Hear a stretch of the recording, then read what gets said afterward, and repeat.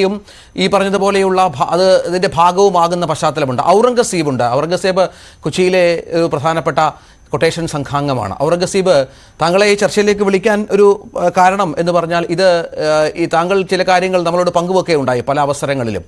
ഇതെങ്ങനെയാണ് ഇത്തരമൊരു മനോഭാവത്തിലേക്ക്, താങ്കളും രാവിലെ ദൃശ്യങ്ങൾ കണ്ടതാണ്, ഈ നിങ്ങളെപ്പോലുള്ള ആൾ എത്തുന്നത് എന്നുള്ളത് പ്രധാനപ്പെട്ട ഒരു കാര്യമാണല്ലോ. കാരണം ഇതിപ്പോൾ ഒരു പ്രതികാരത്തിൻ്റെ പുറത്താണ്. കൊട്ടേഷനിലൂടെ ഇത് വളരുന്നു. ഈ കൊട്ടേഷൻ സംഘാംഗങ്ങളായി കൊട്ടേഷൻ നടത്താനായി നിങ്ങളെ പലരും വിളിക്കുന്നു, നിങ്ങളെ ഉപയോഗപ്പെടുത്തുന്നു, നിങ്ങൾ ആ പ്രവൃത്തി ചെയ്തു കൊടുക്കുന്നു. അതിനുശേഷം അങ്ങനെ ഒരു മനോഭാവത്തിലേക്ക് നിങ്ങളും എത്തിച്ചേരുകയാണോ? ഏത് രീതിയിലും, ഇപ്പോൾ ഒരു പ്രതികാരത്തിൻ്റെ പേരിലായാലും വൈരാഗ്യത്തിൻ്റെ പേരിലായാലും ഏത് രീതിയിലും ഒരാളെ കൊലപ്പെടുത്തുക എന്ന മനോഭാവത്തിലേക്ക് നിങ്ങൾ എത്തിച്ചേരുന്നത് എങ്ങനെയാണ്? ശരിക്കും പറഞ്ഞു കഴിഞ്ഞാൽ ഈ ചാനലിലേക്ക് ഫസ്റ്റ് വിളിച്ചു കഴിഞ്ഞപ്പോ ഇവിടെ എനിക്കൊരു വന്നിരുന്ന് സംസാരിക്കാനൊരു ബുദ്ധിമുട്ടുണ്ട്. കാര്യം എന്ന് വെച്ച് കഴിഞ്ഞാൽ എല്ലാവരും ഇപ്പൊ ഗുണ്ടായിസം ഇതൊക്കെ പറഞ്ഞിട്ട് നമ്മളെ ഇപ്പൊ ഒന്ന് സംസാരിക്കുമ്പോ ഇതിൽ ശരിക്കും പറഞ്ഞ സാഹചര്യങ്ങൾ കൊണ്ട് പെട്ടുപോയതാണ്. ഒരു ചെറിയൊരു കേസിൽ പെട്ടതിന് ശേഷമാണ് ഓൾറെഡി പിന്നീട് അടുത്തതിൽ വിഷയം ഉണ്ടാകുന്നുണ്ടെങ്കിൽ പോലീസ് ആദ്യം വീട്ടിൽ വരിക, നമ്മളെ വന്നിട്ട് പിടിച്ചുകൊണ്ട് പോവാം. പിന്നെ നാട്ടുകാർ നിൽക്കുമ്പോൾ നമ്മൾ നാട്ടിൽ എല്ലാവരുടെ മുമ്പിൽ ഗുണ്ടായിസം എന്നുള്ളൊരു വയസ്സ് വരുന്നു. പിന്നെ ഇത് കഴിഞ്ഞിട്ട് നമ്മൾ ഇതെല്ലാം മതിയാക്കി മാറി പോകാനാണെങ്കിൽ തന്നെ പിന്നീട് വേറെ സ്ഥലത്തൊരു ജോബിനും, പല സ്ഥലത്തും ഞാൻ ജോബിന് പോയിട്ടുള്ള ആളാണ്. ജോബിന് പോയി കഴിയുമ്പോൾ എന്റെ കേസിലാണ് ഇന്നെ കൊണ്ടുവന്ന് പറഞ്ഞത് അവിടെ നിന്ന് മാറ്റി വിടുക. പിന്നെ നമ്മൾ ഇതല്ലാണ്ട് വേറൊരു ഫീൽഡിലേക്ക് പോകാൻ, വേറെ ജോലിക്ക് പോകാനായിട്ട് നമുക്ക് പറ്റില്ല. കാര്യം ഓൾറെഡി കഴിഞ്ഞാൽ ഇത് ഊരി പോകാനായിട്ട് ഭയങ്കര ബുദ്ധിമുട്ടാണ്. നമ്മൾ ഇതിൽ വന്നിട്ട് വേറെ ചില നന്നായിട്ട് പോകാനാണെങ്കിൽ തന്നെ നമ്മുടെ പുറകെ നമ്മൾ ഒരുപാട് ശത്രുക്കൾ ബാക്കിലുണ്ടാവാം. പിന്നെ നമ്മൾ അവരുടെ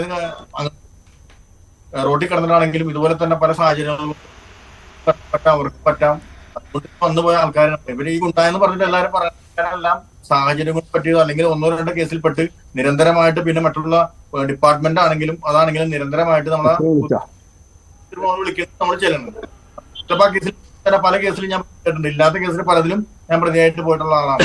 പിന്നെ ഡിപ്പാർട്ട്മെന്റിന്റെ കാര്യം പറയുകയാണെങ്കിലും കോടതിയുടെ കാര്യം പറയുകയാണെങ്കിലും തന്നെ ഒരു സിവിൽ കേസ് ആണെങ്കിൽ തന്നെ നമ്മളിപ്പോ ഒരു സ്റ്റേഷനിൽ പോവുകയാണെങ്കിൽ അവർ 1-2 പ്രാവശ്യം സാക്ഷിയൊക്കെ വിളിക്കുകയാണ്. അത് കഴിഞ്ഞിട്ട് അവർ നേരെ കോടതിയിലേക്ക് വിടുകയാണ്.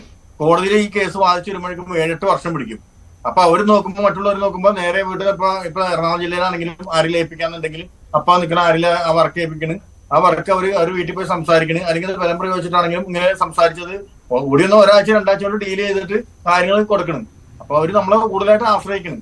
അതായത് പോലീസിൽ വിശ്വാസം ഇല്ലാത്ത പല ആളുകളും നിങ്ങളെ വിളിക്കുന്നല്ലേ കൊട്ടേഷൻ നടത്താൻ വേണ്ടി? വിളിച്ചിട്ടുണ്ട്. പല പ്രാവശ്യം പല കാര്യങ്ങളും വിളിച്ചിട്ടുണ്ട്. നമ്മൾ ചെയ്തു കൊടുത്തിട്ടുണ്ട്. പല കാര്യങ്ങളും കിടക്കാണ്. കിടന്നു കഴിഞ്ഞിട്ട് അത് ഇത്ര സമയം കൊണ്ട് ജാമ്യം കിട്ടും, നമ്മൾ പുറത്തിറങ്ങും വീണ്ടും. അതെങ്ങനെയാണ് അത്? ഈ ഭീഷണിപ്പെടുത്തും അല്ലെ? ആദ്യം ഒന്ന് ഭീഷണിപ്പെടുത്തും, നടന്നില്ലെങ്കിൽ 2 തല്ല് കൊടുക്കും, പിന്നീട് മറ്റ് മാർഗങ്ങളിലേക്ക് പോകും. അങ്ങനെയാണ് ഉള്ള കാര്യങ്ങൾ. ഭീഷണിപ്പെടുത്താൻ നടക്കൂലല്ലോ. ഭീഷണിപ്പെടുത്തേണ്ട കാര്യങ്ങൾ പെട്ടെന്ന് ഇപ്പൊ പറഞ്ഞ മാതിരി തന്നെ ഇന്ന കേസുകൾക്കൊക്കെ പെട്ടെന്ന് എല്ലാത്തിനും സ്റ്റേഷനിൽ പോയി കഴിഞ്ഞാൽ ഇത് കിട്ടാത്തവര് കിട്ടുന്നല്ല, സ്റ്റേഷനിലാണ് ഏറ്റവും മെയിൻ. എന്നാലും കിട്ടാത്തവർ ഇങ്ങനെ ഏൽപ്പിക്കും. അല്ലെങ്കിൽ അതൊരു നൂലാവാല തിരിച്ച് കേസെടുക്കുകയും ഇപ്പൊ ഡിപ്പാർട്ട്മെന്റ് തന്നെ അവരെ വിളിക്കും, ഇവരെ വിളിക്കും. അപ്പൊ തന്നെ ഈ ഇപ്പൊ കഴിവുള്ളവൻ, രാഷ്ട്രീയ ബന്ധത്തിലൊക്കെ ബന്ധമുള്ളവരൊക്കെ വിളിച്ച് പറഞ്ഞു കഴിഞ്ഞാൽ ന്യായമില്ലാത്തവന്റെ കാര്യത്തിലായിരിക്കും സപ്പോർട്ട് ചെയ്യുമ്പോൾ ഡിപ്പാർട്ട്മെന്റിന് സപ്പോർട്ട് ചെയ്യാണ്ടിരിക്കാൻ പറ്റില്ല. അങ്ങനെ പല കാര്യങ്ങളും അങ്ങനെ വന്നിട്ടുണ്ട്. അപ്പൊ അവര് നമ്മളെ പിന്നീട് നമ്മളെ കാണുന്നു, നമ്മൾ അതിന്റെ കാര്യങ്ങൾ ചെയ്യുന്നു. തല്ലു കൊടുത്തിട്ടുണ്ട്. ഈ ആദ്യം താങ്കൾ നേരത്തെ പറഞ്ഞു തുടങ്ങിയത്, അതായത് ഈ ഒരു തവണ ഇതിൽ പെട്ടുപോയി കഴിഞ്ഞാൽ പിന്നെ തിരിച്ച് ജീവിതത്തിലേക്ക്, സാധാരണ ജീവിതത്തിലേക്ക് പോവുക എന്നുള്ളത് വളരെ പ്രയാസമാണ്.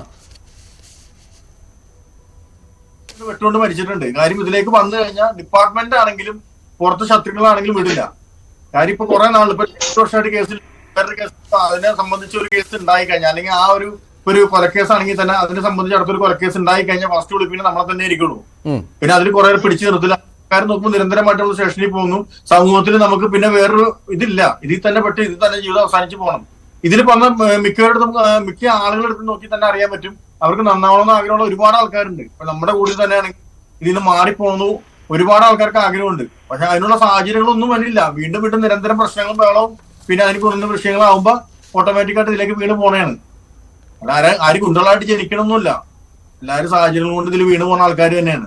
ഈ കാപ്പ പോലെയുള്ള ശക്തമായ നിയമങ്ങൾ ഉണ്ടല്ലോ ഔറംഗസേബ്. ഈ കാപ്പ പ്രകാരം ഒരുപാട് ആളുകളെ നാട് കടത്തിയിട്ടുമൊക്കെ ഉണ്ട്, കൊച്ചിയിലടക്കമുള്ള സ്ഥലങ്ങളിൽ, എറണാകുളത്തൊക്കെ. പക്ഷെ അതൊന്നും ഫലപ്രദമല്ല എന്നുള്ളത്. അതിനെ മറികടക്കാനുമുള്ള ചില സംവിധാനങ്ങളൊക്കെ നിങ്ങളുടെ കയ്യിലുണ്ടല്ലോ അല്ലേ? അല്ല, കാപ്പയിലൊന്നും നാട് കടത്തി പോകുന്ന ആൾക്കാരുണ്ട്. നാടെടുത്ത് കുറച്ചാൽ ആളുകൾ മാറി നിൽക്കാന്ന് മാത്രമേ ഉള്ളൂ. അല്ലാണ്ട് അതിന് വേറെ ഇത് തോന്നലില്ല. കുറെ ആളുകൾ നാട്ടിൽ നിന്ന് മാറി പോവാ, അത്രേ ഉള്ളൂ. എല്ലാവരും സ്ട്രോങ് ആണ്. ഡിപ്പാർട്ട്മെന്റ് ആണെങ്കിലും എല്ലാം ഇപ്പൊ സ്ട്രോങ് തന്നെയാണ്. പിന്നെ വളരെ അപൂർവമായിട്ട് കുറെ സംഭവങ്ങൾ ഇപ്പൊ നടക്കുന്നുണ്ട്. അത് ചിലപ്പോ അത് എന്തിന്റെ പേരിലാണെന്ന് കാര്യം ന്യൂസ് ഞാൻ രാവിലെ കണ്ടായിരുന്നു. പക്ഷെ എനിക്ക് അതിന്റെ കാര്യങ്ങൾ വ്യക്തമായിട്ട് എനിക്ക് അറിയില്ല. ആരും ചുരുക്കി പറഞ്ഞാൽ എല്ലാവർക്കും നന്നാവണമെന്ന് ആഗ്രഹമുള്ളതാണ്. അതിനൊരു പ്ലാറ്റ്ഫോം ഒന്നും ഇവിടെ ഇല്ല. കാര്യം വീണ്ടും നിരന്തരം കേസിൽ ഇല്ലാത്ത കേസിൽ പോലെ പലതിലും പോയിട്ട് ആൾക്കാരെ കൊണ്ടുപോകുന്നുണ്ട്. നമ്മൾ എന്നെ ഉൾപ്പെടെ കൊണ്ടുപോയിട്ടുണ്ട്. ഇല്ല കേസിൽ ഞാൻ കിടന്നിട്ടുണ്ട്. ഇപ്പൊ ജയിലിൽ കിടക്കുന്ന ആൾക്കാരാണെങ്കിലും ഒരു കൂടുതൽ ഇല്ലാത്ത കേസിൽ പെടുത്തി കിടക്കുന്ന ആൾക്കാരുണ്ട്. പൈസ ഉള്ളവന്റെ സ്വാധീനം അനുസരിച്ച് പോയി കിടക്കുന്ന ആൾക്കാരുണ്ട്. അതിന്റെ ഉള്ളിലെ സാഹചര്യം അത് തന്നെയാണ്. ഈ ചില പ്രതികളെയൊക്കെ മാറ്റി പോലീസ് മാറ്റി നൽകും. ഈ കൊലപാതക കേസിലായാലും കൊട്ടേഷൻ പ്രവർത്തനങ്ങളായാലും അതിനുവേണ്ടി പ്രവർത്തിക്കുന്ന ചില ഗ്യാങ്ങുകൾ ഉണ്ടെന്ന് കേട്ടിട്ടുണ്ട്. അത് ശരിയാണോ? അത് എനിക്ക് ഇവിടെ കേരളത്തിൽ എനിക്ക് തോന്നിയിട്ടില്ല. പുറത്താണെങ്കിൽ, കേരളത്തിന്റെ പുറത്താണെങ്കിൽ നടക്കും. ഇപ്പൊ നമ്മൾ ഫണ്ട് ഉണ്ടെങ്കിൽ അവിടെ എന്ത് കാര്യങ്ങളും നടക്കും. കേരളത്തിന്റെ പുറത്ത് ഇപ്പൊ ആന്ധ്രയാണെങ്കിലും തമിഴ്നാടാണെങ്കിലും അത് നടക്കും. ഇവിടുത്തെ കേരളത്തിലെ ഡിപ്പാർട്ട്മെന്റ് ഒക്കെ സ്ട്രോങ് ആണ്. എന്ത് കാര്യത്തിലാണെങ്കിലും ഇപ്പൊ ഒരു കൊലപാതകം ഉണ്ടെങ്കിൽ തന്നെ അത് ഇത്ര മണിക്കൂറിനുള്ളത് പിടിക്കാറുണ്ട്. എന്ത് തെറ്റി ഇവിടുത്തെ പോലീസിന്റെ ഇതായിട്ട് പറഞ്ഞല്ല, ഇവിടുത്തെ നടക്കാറല്ലോ ഒന്നും. പെട്ടെന്ന് അവരത് കൈകാര്യം ചെയ്യാറുണ്ട്. ഈ പോലീസിന്റെയും രാഷ്ട്രീയക്കാരുടെയും ഒക്കെ പിന്തുണ എങ്ങനെയാണ് കൊട്ടേഷൻ സംഘാംഗങ്ങൾക്ക്? അവരൊക്കെ പല കാര്യങ്ങളും ഏൽപ്പിക്കാറുണ്ടോ? നമുക്കിപ്പോ ഒരു കാര്യങ്ങൾ ഉണ്ടെങ്കിൽ ഇപ്പൊ അതില് കേസുപരമായിട്ട് ഇപ്പൊ അകത്ത് പോവുകയാണെങ്കിൽ സ്റ്റേഷനിൽ പോവുകയാണെങ്കിൽ പാർട്ടിക്കാരെ കൊണ്ട് നമ്മൾ വിളിച്ച് പറയിപ്പിക്കാറുണ്ട്. അതിന്റെ ഗുണങ്ങൾ ഉണ്ടാവാറുണ്ട്. അത് പിന്നെ പാർട്ടി എന്നില്ല, എല്ലാ പാർട്ടിക്കാരും സഹായിക്കും. അപ്പൊ പെട്ടെന്ന് വിളിച്ച് അവരെ വിളിച്ചിട്ട് നമ്മൾ ചെയ്യിക്കാറുണ്ട്. അല്ല പിന്നീട് ഈ പല കേസുകളിൽ നിങ്ങളെ രക്ഷപ്പെടുത്താനോ അല്ലെങ്കിൽ ആ തരത്തിൽ നിങ്ങളെ പിന്തുണയ്ക്കാനും ഒക്കെ തയ്യാറാകാറുണ്ട്. അപ്പൊ അങ്ങോട്ടൊരു ഉപകാരം ചെയ്തു കൊടുത്താൽ അല്ലേ? അല്ല, രാഷ്ട്രീയ പാർട്ടി എന്ന് പറഞ്ഞാൽ എല്ലാവർക്കും ഉപകാരം ചെയ്യാനാണ്. അപ്പൊ നമ്മളിപ്പോ നമ്മുടെ ഭാഗത്ത് ശരിയാണെന്നുണ്ടെങ്കിൽ നമ്മുടെ കൂടെ നിൽക്കാറുണ്ട്. ഇപ്പൊ മറ്റൊരു ഭാഗത്ത് തെറ്റായിട്ട് അവരോട് നിൽക്കാറുണ്ട്. കാര്യം നമ്മളെ സഹായിച്ചിട്ടില്ല എന്നല്ല, നമ്മളെ സഹായിച്ചിട്ടുണ്ട്.